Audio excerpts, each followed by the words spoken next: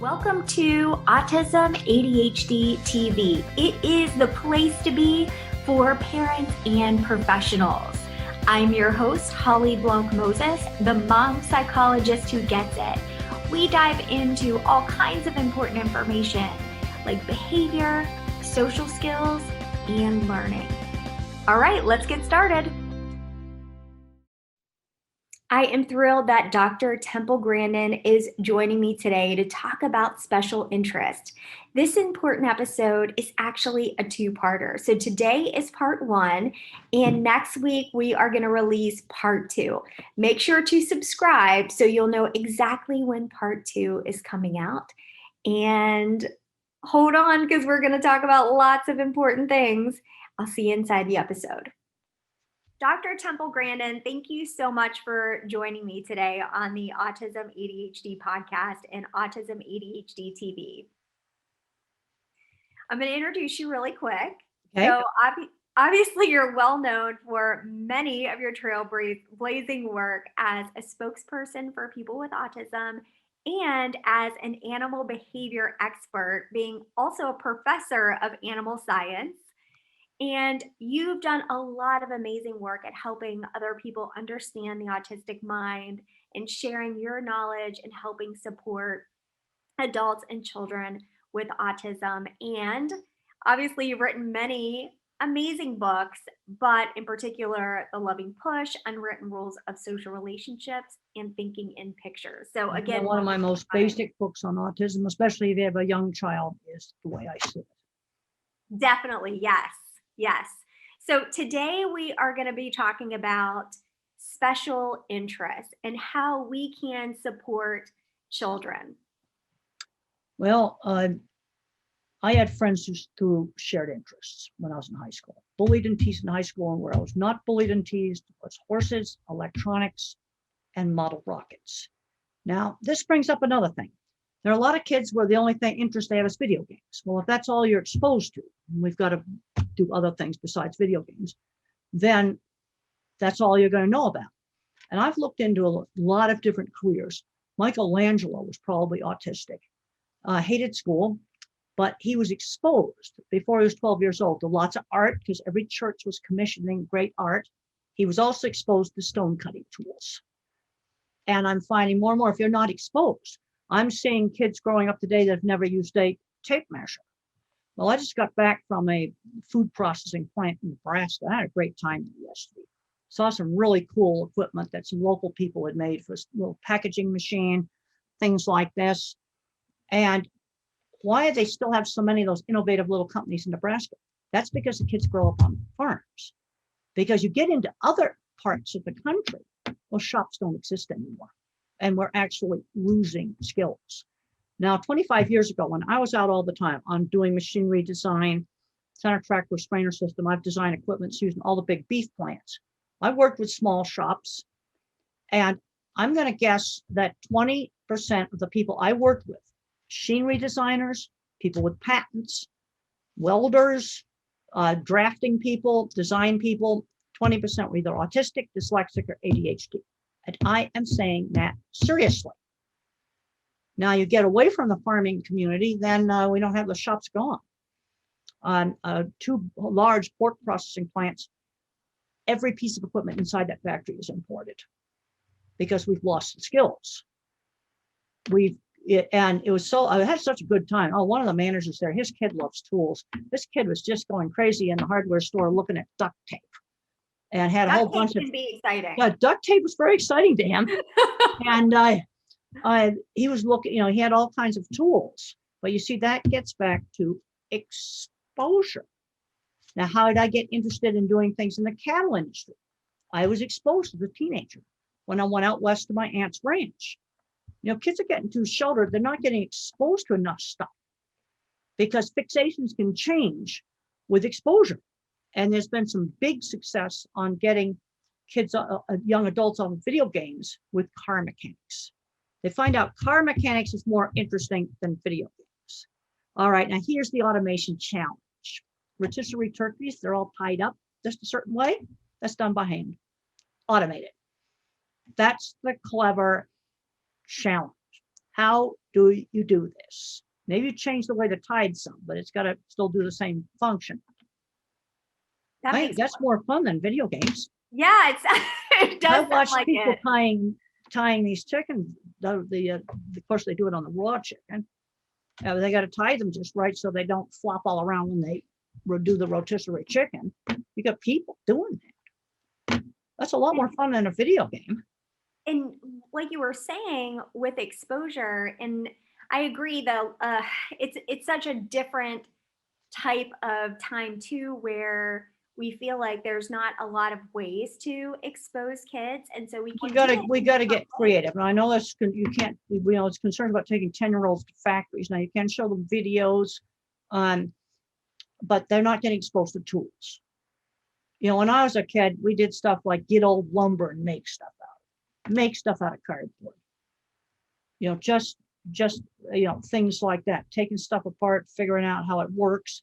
I just recently visited an elementary school, and they get old stuff and they let the kids take it apart and make stuff out of it. I suggested taking printers apart. Let's get rid of the toner cartridge first. That we get rid of. That's a good idea. Yeah, absolutely. But once you get rid of the toner cartridge, there's all kinds of little gears and things inside that you could make things out of. I love that. But the thing is that exposing them to some of these really cool jobs after high school is too late. We got to get hands-on classes back in. When they're taking woodworking and things like this, that's something that we need to do. Because I have found that there's like 3 basic kinds of minds, and I discussed this in the autistic brain. There's the visual thinker like me, who thinks completely in pictures. And if you watch the HBO movie about me, it shows exactly how I think. But the problem I have is I can't do algebra. So that kept me out of engineering school. I would have liked to have done aerospace.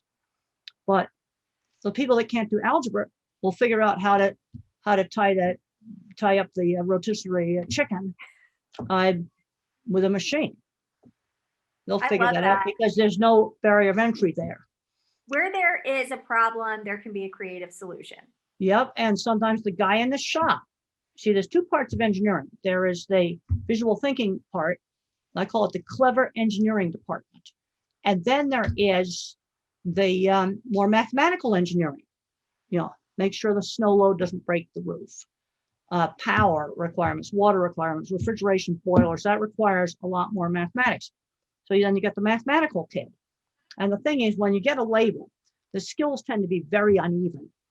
Like a super good object visualizer like me, or more of a mathematical thinker.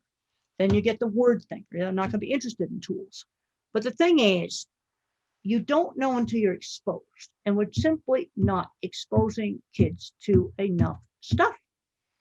Maybe the next time you go grocery shopping and you see those chickens, people in a factory tie that on there by hand on raw chickens. I had no idea. They'd love to have it automated. Why don't you figure that out? I love it. And I'm hoping you can show that to an 8-year-old in the grocery store. So what I also hear you saying with exposure is also noticing, right? Helping them notice things around them and planning. And, maybe it is going by a machine shop. And I had shared with you earlier that our youngest son just has a very strong interest just in this last week to forging. And so we are heading over to Did he see it in a demonstration somewhere? He did in YouTube. So YouTube, that's a big way to learn different things. So I'm going over to Home Depot after work today, and I'm getting him an anvil because he doesn't have one. Yeah, that's right. You see, and you start out with the simple stuff first. And I'm not saying that everybody ought to go into skilled trade, but I'm concerned, there are too many kids that we need for building things for industry. Okay, we had a pipeline that just got hacked that they can't work manually. Well, maybe we need to figure out how to work it manually. And we also need to put controls on that pipeline. The hackers just wanted money, fortunately. Well, if the hackers wanted to do something else, I need to put mechanical controls on that so they can't do something really terrible to the pipeline. Exactly. And so, again, here is a problem that when you have a mind that works in that way. Like you But said, there's two kinds of engineering. And the problem is these true. algebra requirements are screening me out. I've never passed an algebra test.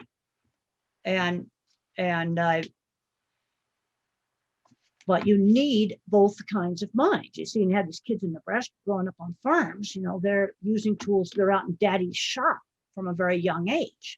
They get exposed. Now, we need to, expose kids to things safely, but I went to car factory when I was about 8 or 10. And they had a setup where you were totally safe, and you could actually see a car factory. Now, I thought it was just fascinating. That is really cool. But kids, can't get interested in something they don't experience. Okay, and I tell college students, do different internships. Now, COVID's made a mess out of that, but I got interested in the cattle industry. It started as a teenager. You see, I'm realizing more and more how important exposure is. And I'm seeing too many kids where all they can think about is their autism.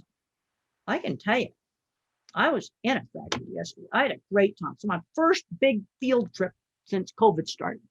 I was grounded for an entire year. And I'm going, oh man, let's figure out how to, make this work and that work. And that's a lot more fun. Yeah, like you said, video games or tools. Well, the thing is, and they say now Elon Musk has just announced that he's on the autism spectrum. He's just old enough to avoid it the most addictive video games. I went back and looked at the games that he would have played. So after I looked his age up online, I think it's like 60 now, something like that. Wait a minute, that may be wrong. But I looked it up, and he would have been playing, I don't think he's that old. I think I goofed up there. I'm not very good with numbers. But he would have played those old, really clunky Mario the Plumber games, things like that. Because when he was a kid, he wanted to make video games and sell them. And he went to a shopping mall and found a shop and got all ready to rent it. He was too young to sign the lease.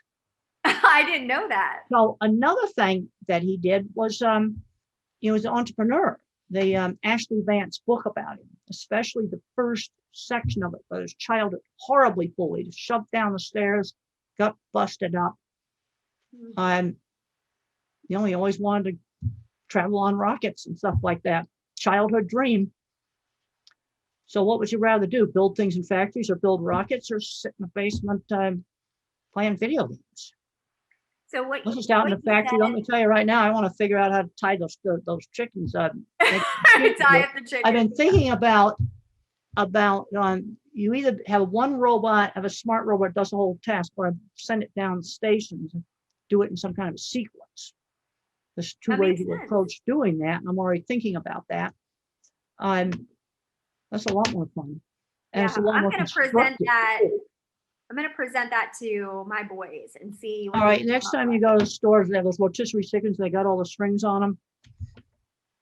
Yes, and how to put that on raw chicken, on a raw whole chicken, where you don't have to do it right. And people do it totally by hand now. Yeah, I think that is a really cool way to look at, and that's something you could take them to the store and give them that challenge. I am. I'm going to give them. How would you do this? Yes. Or maybe you just partially automate. You see, there's two different approaches here. I could have an intelligent robot with artificial intelligence do the whole task. That's going to be expensive. And then I have the problem of stuff getting wet.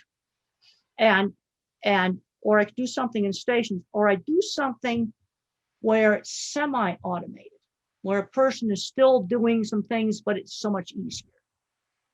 It's interesting. My oldest son, who's autistic, he's 16. He works at McDonald's. And we were talking about, this is his first job, and we were talking about the automation and how this is it's streamlined. But somebody had to make that equipment. Exactly, yes. In McDonald's. I mean, it didn't just come from nowhere. That's right. You see, this is, now I'm not suggesting this. You see, this is the route my kind of mind was going to go. And the reason why I understood animals is because animals don't think in words. And so I understood how a dog would think. And it's been interesting to me to discover how how different verbal thinking is, and why they question why an animal's conscious, which just seems ridiculous. The question whether a dog is conscious, that's emotions, that's ridiculous. But if you think completely in words, that's like another planet compared to how I think. Mm. But getting kids out doing stuff. Now, where a diagnosis helps the fully verbal kid, relationships. That's where the diagnosis is helpful. Then their marriage is falling apart. It really helps with that kind of stuff. But on the work front, I think it's holding them back. We've got to start teaching work skills young, get them out. Another thing that Elon Musk did, he sold things in the neighborhood when he was a kid. I did that. I sold candy for charity when I was a little kid. And we did get in candy fights in the treehouse with some of the candy. But that teaches social skills too, just what I'm going to call business social. And you do have to be careful with multitasking. See, the kind of designing a piece of equipment does not require any multitasking. That's true. You put me on a super crazy takeout window at McDonald's, I'm not going to do well there. So there is, well, he doesn't do really the drive-through. It's a little bit too much going on, but he's been doing a lot of the other parts of that job, and he's doing. Well, that's right. And then you might the thing is, you don't want to throw them into a deep end of a lot of multitasking, a lot of noise. Right. I might put them on a slower shift. You don't just shove them on the craziest, busiest takeout window. Right. That's what you don't do. Yeah, and they did an excellent job helping him integrate into what works best, what positions work best for him, which was really good. And that's right. And the problem you have with autism, get all degrees of it. Now, I had severe speech delay up till age 4. I had very good early therapy, but also as a kid, I was using tools by 2nd grade. Yeah, I could barely cut coat hangers with them. I still remember my little kid's hands on the pliers, trying to cut a piece of coat hanger. I'd make a notch in it, and then I'd go like this to make a cross arm so that my parachute would open better. Oh, I love it. And that's in my book, Calling All Minds. And the thing is, I had to tinker with these projects to get them to work. I had to tinker with it. So and kids aren't doing those sort of things. We're not getting kids outside. That's why I came out with this book, The Outdoor Scientist. Mm-hmm. And I talked to one mom just the other day that her daughter was sitting out in the lawn and she found out that bugs in the grass were interesting. Well, you see, that's exposure. You see, I'm not suggesting banning video games, but I'm saying too much where they're not doing anything else. The other problem with that is a job. It's all gig economy, and you're not going to get paid anything. You'd be better off going into industrial automation, business computing, where you're going to get health benefits. Right. That's another thing that's important. That is important. So it sounds like even when, again, ideally when children are younger, and being creative, like going and visiting places, visiting places, and then the schools I had cooking, sewing. I loved sewing when I was in 3rd grade. We did embroidery, and keep theater, because that's a career. I read that Patrick Stewart, Captain Picard in Star Trek, he was a troubled kid. This is what I read about him. Like around 6th grade, it was a school play that showed him he wanted to be an actor. And I wasn't interested in acting in a school plays, but I made costumes for the school plays. Those are all things that can become careers. Exactly. And like you said, all because you weren't acting doesn't mean there weren't parts of that you weren't interested in. So like you said, the costumes and how you would participate maybe in the play, but in a different way. Well, that's right. My thing, you see, but I was exposed to so much more stuff.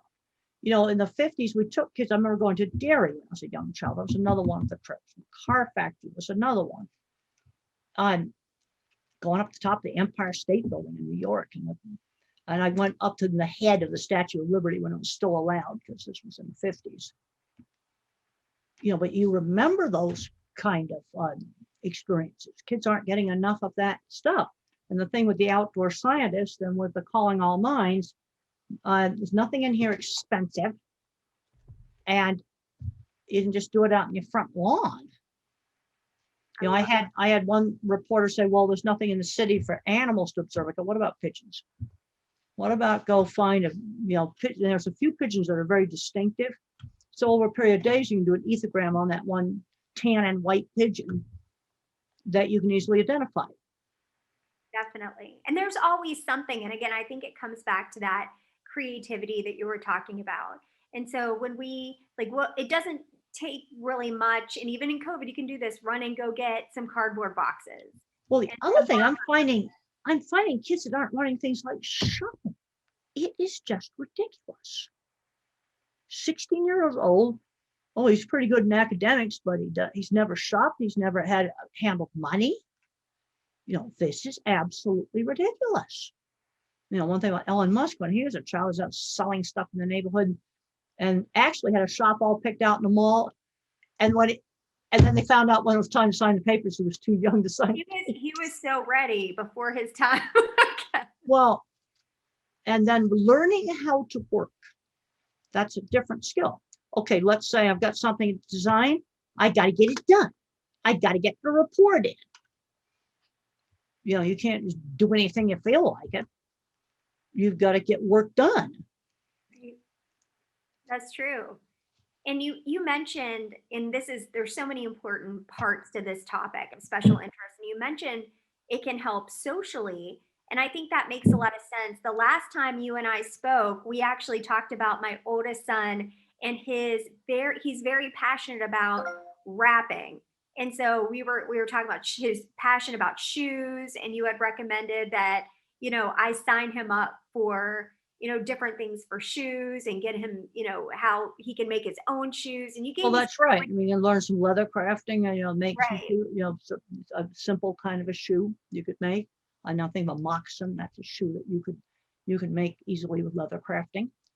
And you start out with the simple things, but kids aren't getting exposed to enough different things to define, because an autistic kid's interests can change with exposure. But if you don't get exposed to things, you're not going to find out what you like. You're also not going to find out the things you hate either. That's true, because, you know, I think it's important for us to not assume that a child won't like something.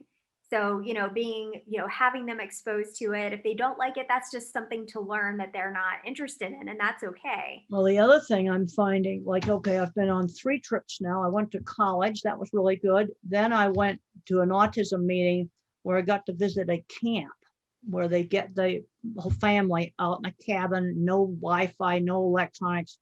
And they say about 3 nights is the sweet spot. Then the kid finds out that he likes riding horses. He likes going on nature walks. Went to another little camp in Nebraska, and the parents are going, "You got my kid on a boat? You got to be kidding!" They say, "Yeah, we got him on a boat, and he really liked it." That is so good. Yeah, but you see, what you have to do is you have to stretch. You don't do something like throw them in the deep end like a McDonald's takeout window, or just shove them on. Right. Like you don't do that. Absolutely not. You don't shove them in some big noisy, awful place. But you have to just stretch. Always give some choices. Well, we could try the boats, or we could do, you know, some other activity that they were doing. Give some choice. That's also really important. But mother had a very good sense of how to stretch me just outside my comfort zone. And that's one of the things the loving push talks about. And it's not throwing them into something of sensory overload. You don't do that. Also, sometimes the really bad sounds, the child can tolerate them better if he controls the sound. Let's take the buzzer on the scoreboard, where you take them down to the gym when nobody's there and you let them play with the buzzer on the scoreboard, where they're turning on the dreaded sound. Then it often gets better tolerated. Right. If they initiate it. Same thing, they took one kid down to the fire station, let him ring the siren on the fire engine, where he controlled it. See, that's the key. Now let's take more common things, hairdryer and vacuum cleaner. Let the child turn on the hairdryer. They control it. And then they find out it's really fun to blow stuff with the hairdryer or play with the vacuum cleaner. And maybe previously were afraid of. A when I was a child, I was terrified of this vacuum cleaner. Mr. Russell, the janitor, had in my elementary school. The huge bag. I mean, I thought this thing was this big. Well, when you're only this high, it looks really big. I should have let me play with Mr. Russell's vacuum cleaner. But our janitor, I wouldn't have been afraid of it. So as far as socially, I found that, you know, it can be hard for differently wired kids, whether you have ADHD or you've been diagnosed with ASD, that, you know, it can be overwhelming as far as making friends, keeping friends. Well, this is the friends who shared interests. Yes, definitely. I love to sit in the shop and we're going to talk about how to build something. That's some of the funnest stuff I ever did. Friends who shared interests. When I was in high school, getting bullied and teased everywhere else, I had a roommate, and we rode horses together. We also decorated the Breyer plastic model horses. And I made a Western parade outfit out of shoelaces and tiny bits of tinfoil that I stuck on the breast collar and the bridle. That is really creative. Friends through shared interests. Really, really important. And we got to get kids exposed to enough different stuff. You see, I'm learning more and more, and I look into how do people get into careers. Why are all these little tiny shops in Nebraska? And I just went machine shopping just now, because the kids grow up on farms and they're exposed to the making, fixing farm equipment and tools really early. And then I go to another part of the country, pork processing plant, and they're importing all the equipment from Europe